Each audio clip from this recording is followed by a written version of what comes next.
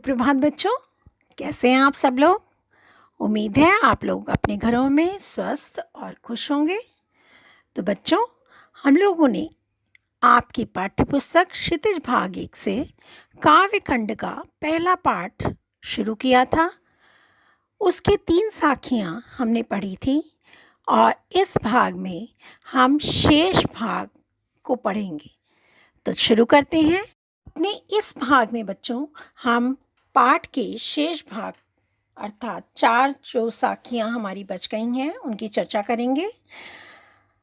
तो शुरू करते हैं पाठ कबीर की साखियाँ एवं सबद, जिसमें पहली साखी है बच्चों, चौथी साखी। पखा पखी के कारणे सब जग रहा भुलान, निरपख होय के हरि भजे सोई संत सुजान। पखा पखी का अर्थ होता है बच्चों पक्ष विपक्ष के कारणे, के कारण, पक्ष और विपक्ष के कारण, सब जग रहा भुलान, सारा जग सारा संसार भूल गया है। निरपख होय के, निरपख मीन्स निष्पक्ष होकर के, हरि भजे जो हरि का भजन करता है, सोई संत सुजान वही सच्चा संत कहलाता है। अर्थात कबीरदास जी कहते हैं कि इस भक्ति के मार्ग में पक्ष विपक्ष के कारण पूरा संसार भक्ति के वास्तविक मार्ग को भूल गया है, और यदि हमें सच्ची भक्ति प्राप्त करनी है तो पक्ष विपक्ष के इस दलदल से मुक्त होना होगा। यानी जो भक्त निष्पक्ष होकर के हरि अर्थात भगवान का भजन करता है, सच्चे अर्थों में वही सच्चा संत है, वही सच्चा ज्ञानी है, क्योंकि भक्ति के सहज मार्ग पर तर्क वितर्क पक्ष विपक्ष का कोई स्थान नहीं होता है। तो बच्चों, इसमें पखा पखी जो शब्द आया है, ये पखा पखी शब्द जो है ये वहाँ की स्थानीय भाषा का शब्द है, और यहाँ पर छंद दोहा छंद है, और सोई संत सुजान में अनुप्रास अलंकार है, और भाषा मैंने आपको कबीरदास जी की बताई है। पंचमेल खिचड़ी और सधुकड़ी भाषा का प्रयोग उन्होंने सर्वत्र किया है। कहीं कहीं पर बच्चों हमें ब्रज भाषा के कुछ शब्द मिल जाते हैं, तो ये मैंने पहले ही बताया कि उनकी जो पंचमेल खिचड़ी है उसमें कई भाषाओं के शब्द हमें मिल जाते हैं। जैसे यहाँ पर हमें ब्रज भाषा के कुछ शब्द देखने को मिल जाते हैं, तो इसी तरह से अन्य दोहों में तत्सम शब्द भी मिल जाते हैं। तो आप पूरा उसमें अलग अलग भाषा लिखने की आपको कोई आवश्यकता नहीं है। आप भाषा लिखेंगे पंचमेल खिचड़ी और सधुकड़ी भाषा, ठीक है। अगली साखी देखते हैं बच्चों। हिंदू मुआ राम कही, मुसलमान खुदाए, कहे कबीर सो जीवता जो दुह के निकट न जाए। इस साखी में कबीरदास जी ने हिंदू और मुसलमान दोनों को समान रूप से फटकारा है, दोनों की समान रूप से आलोचना करी है। कैसे देखते हैं बच्चों। हिंदू मुआ, कबीरदास जी कहते हैं कि हिंदू जो लोग होते हैं राम का नाम ले लेकर मर जाते हैं, सारा जीवन बिता देते हैं राम का नाम ले लेकर के, और मुसलमान खुदाए, और मुसलमान खुदा कहते कहते मर गए। पर दोनों मुसलमान खुदाए, कहे कबीर सो जीवता जो दोह के निकट न जाए। कबीरदास जी कहते हैं लेकिन वही व्यक्ति जीवित है, जीवित है मतलब कि आज तक जीवित नहीं, अमर नहीं हो गया, वो आत्मा से वही व्यक्ति जीवित रहता है जो दोह के निकट नहीं, जो दोनों से ही दूर है, राम से भी और खुदा से भी। यानी वो सिर्फ एक मानवता के धर्म को मानता है, हिंदू और मुसलमान के भेदों से ऊपर उठ चुका है। तो एक बार फिर से देख लेते हैं बच्चों। कबीरदास जी कहते हैं कि हिंदू जो है राम का नाम ले लेकर मर गए, और मुसलमान खुदा कहते कहते मर गए, पर दोनों ईश्वर को प्राप्त ना कर सके। वे आपसी भेदभाव कट्टरता इत्यादि में ही उनका जीवन समाप्त हो गया। लेकिन कबीरदास जी कहते हैं कि वास्तव में वही व्यक्ति कहलाने योग्य है, वही व्यक्ति जीवित है, वही मनुष्य कहलाने योग्य है जो हिंदू मुसलमान और राम खुदा दोनों से ही दूर है।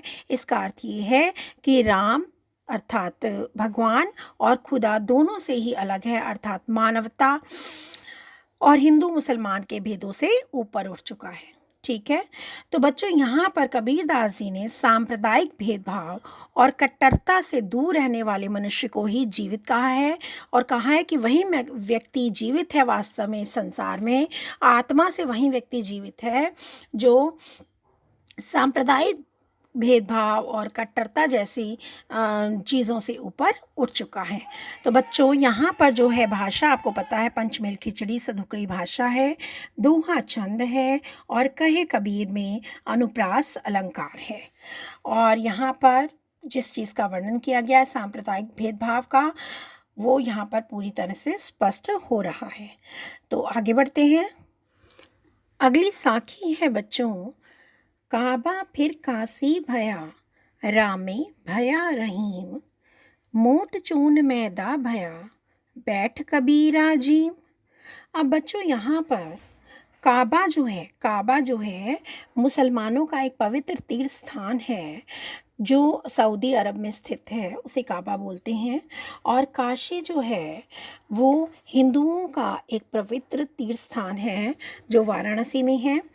तो बच्चों काबा काशी हो गया, काबा फिर काशी भया और रामे भया रहीम। और राम जो है, जो कि इष्ट माने जाते हैं हिंदुओं के, भगवान माने जाते हैं राम, वो रहीम हो गए, भया मीस हो गए, रहीम हो गए। मोट मीस मोटा, चून मीस आटा, वो मोटा आटा जो है मैदा भया, मैदा हो गया। बैठ कबीरा जी, और कबीरदास जी उसे जीम रहे हैं अर्थात भोजन कर रहे हैं। तो समझते हैं इसको। कबीरदास जी कहते हैं कि जब मैं हिंदू मुसलमान के भेदभाव से ऊपर उठकर निष्पक्ष हो गया, यानी मेरे मन के अंदर से हिंदू और मुसलमान का जो भेद था वो समाप्त हो गया, तो क्या हुआ, मेरे लिए मुसलमानों का पवित्र तीर्थ स्थान काबा जो था वो काशी के समान पवित्र हो गया। और रामे भया रहीम, और राम का जो नाम था वो रहीम के समान पवित्र हो गया, जिससे मैं मोटा आटा समझकर, मोट मीन्स मोटा, चून मीन्स आटा, जिसे मैं मोटा आटा समझकर अखाद्य मान रहा था। अखाद्य मीन्स वो चीज़ें होती हैं जिसे हम खा नहीं पाते हैं, जिसे खाने के लिए बहुत हमें मेहनत करनी पड़ती है। अखाद्य है जो खाने लायक नहीं, खाने योग्य नहीं है। तो मोटा जो आटा या मोटा अनाज जो होता है वो खाने योग्य नहीं होता है। तो कबीरदास जी कहते हैं कि मोटा आटा समझकर जिसे मैं अखाद्य समझ रहा था, वही मेरे लिए बारीक मैदे के समान, वही मेरे लिए बारीक मैदा हो गया है। मोट चून मैदा भया, मोटा आटा जो था जिसे मैं अखाद्य समझ रहा था वो मेरे लिए बारीक मैदा हो गया है। बैठ कबीरा जी, अब मैं उसे बैठकर आराम से जीम रहा हूँ, खा रहा हूँ, छक रहा हूँ। इसका आशय ये है बच्चों कि इसका आशय ये नहीं कि कबीरदास जी पहले मोटा आटा खाते थे और अब मैदा खा रहे हैं, ये नहीं है। इसका प्रतीकार्थ है बच्चों कि धार्मिक भेदभाव जो था कबीरदास जी के मन में हिंदू और मुसलमान का और राम और रहीम का, वो ख़त्म हो गया है। और भेदभाव के नष्ट होने पर मेरे मन में हिंदू मुसलमान और राम रहीम के नाम पर जो दुर्भावनाएं बसी हुई थी वह सब दूर हो गई हैं। ठीक है, तो बच्चों यहाँ पर आपका दोहा छंद है, और काबा, काशी, राम, रहीम, मोट चून, मैदा, ये सब इनके प्रतीकार्थ हैं। ठीक है, प्रतीकार्थ के रूप में प्रयोग हुए हैं, प्रतीकों के रूप में प्रयोग हुए हैं। जैसे काबा और रहीम जो हैं मुसलमानों के प्रतीक हैं, और काशी और राम जो हैं हिंदुओं के प्रतीक हैं। मोट चून जो है दुर्भावनाओं का, बुराइयों का प्रतीक है, और मैदा जो है खाद्य पदार्थ का प्रतीक है। ठीक है, और भाषा आपको पता है पंचमेल खिचड़ी है और सधुकड़ी भाषा का प्रयोग किया गया है।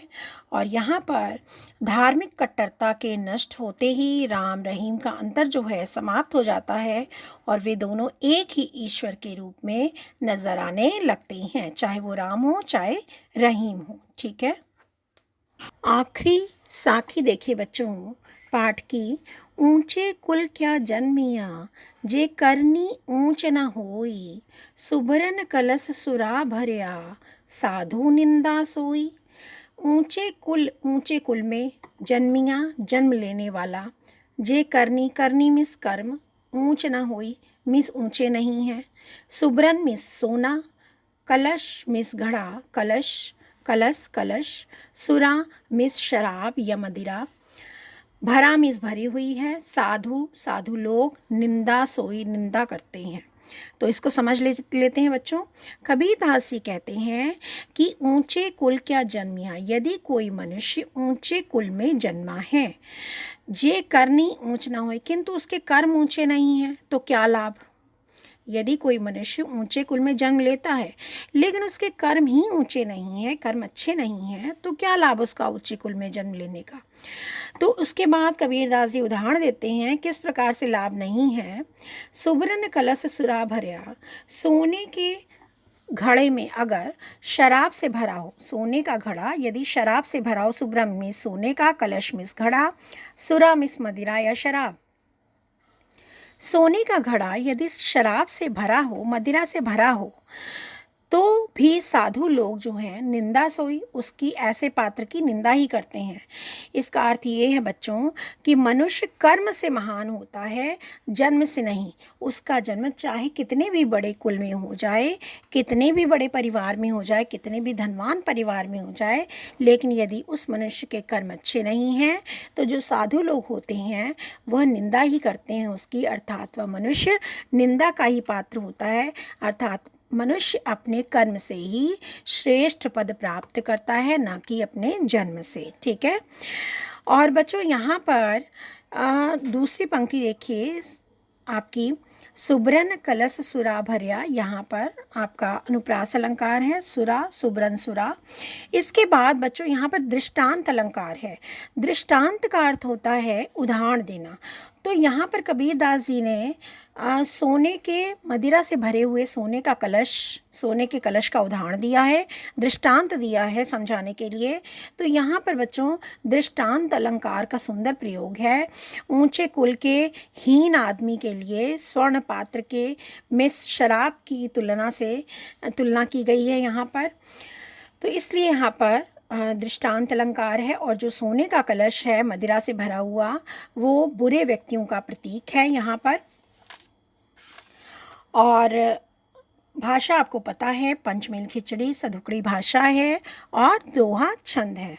तो बच्चों यहाँ पर जो है आपकी सारी कबीर की साखियाँ जो हैं समाप्त हो जाती हैं। उम्मीद है आपको बहुत अच्छे से समझ में आ गया होगा, सारी साखियाँ अच्छे से समझ में आ गई होंगी। और अगले वीडियो में हम कबीर के शब्द पढ़ेंगे बच्चों। कबीर के शब्द में पहला शब्द ही आपके कोर्स में है, आपके सिलेबस में है, पाठ्यक्रम में, और दूसरा शब्द आपके पाठ्यक्रम से हट गया है। तो सिर्फ हम एक ही शब्द पढ़ेंगे अगली वीडियो में। और तब तक के लिए आप से मैं विदा लेती हूँ। उम्मीद है आप घर में रहेंगे, खुश रहेंगे, स्वस्थ रहेंगे। इसी के साथ बच्चों धन्यवाद।